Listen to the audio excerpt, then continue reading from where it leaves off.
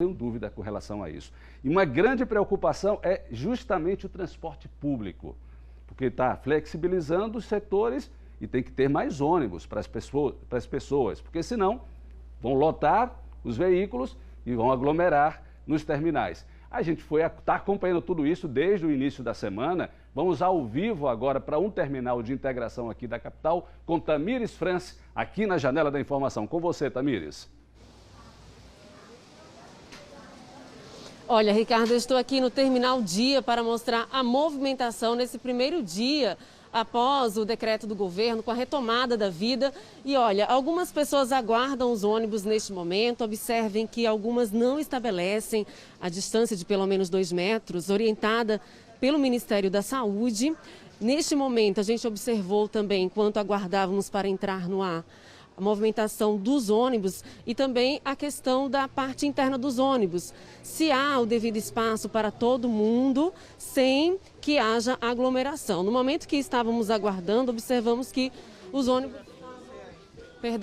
estavam com circulação tranquila, sem aglomeração, mas algumas passageiras que eu ouvi antes de entrar no ar relataram que em alguns momentos de pico, realmente a situação fica bem complicada dentro dos ônibus.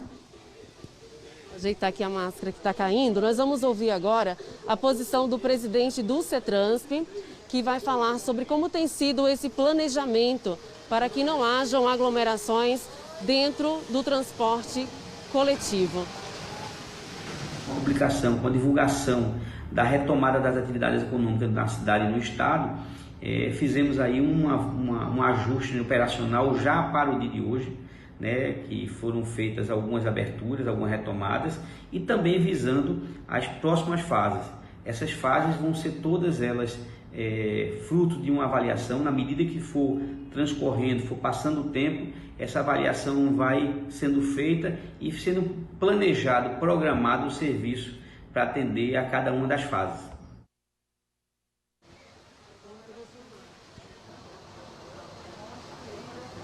Acabamos de ouvir aí a posição do presidente do CETRANSP e aqui ao vivo temos essas imagens de um ônibus coletivo. Vamos observar aqui mais a pouco. Observem a fila de entrada. Por hora não está havendo aglomeração e dentro dos ônibus a gente observa neste momento, neste ônibus exclusivamente, não há aglomeração. Ricardo, é com você no estúdio. Ok, Tamires, esse período que você passou aí, você acompanhou a presença de algum fiscal, algum orientador para as pessoas ficarem nas filas, ajudando as pessoas, inclusive, a entrarem nos ônibus? Você conseguiu acompanhar?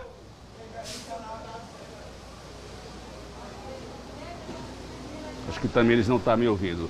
Mas, assim, isso é importante, eu volto a falar sobre isso, porque eu acredito que o poder público também tem que ajudar a população. Sabe? Tem que ajudar nesse sentido. Colocar mais ônibus, sim.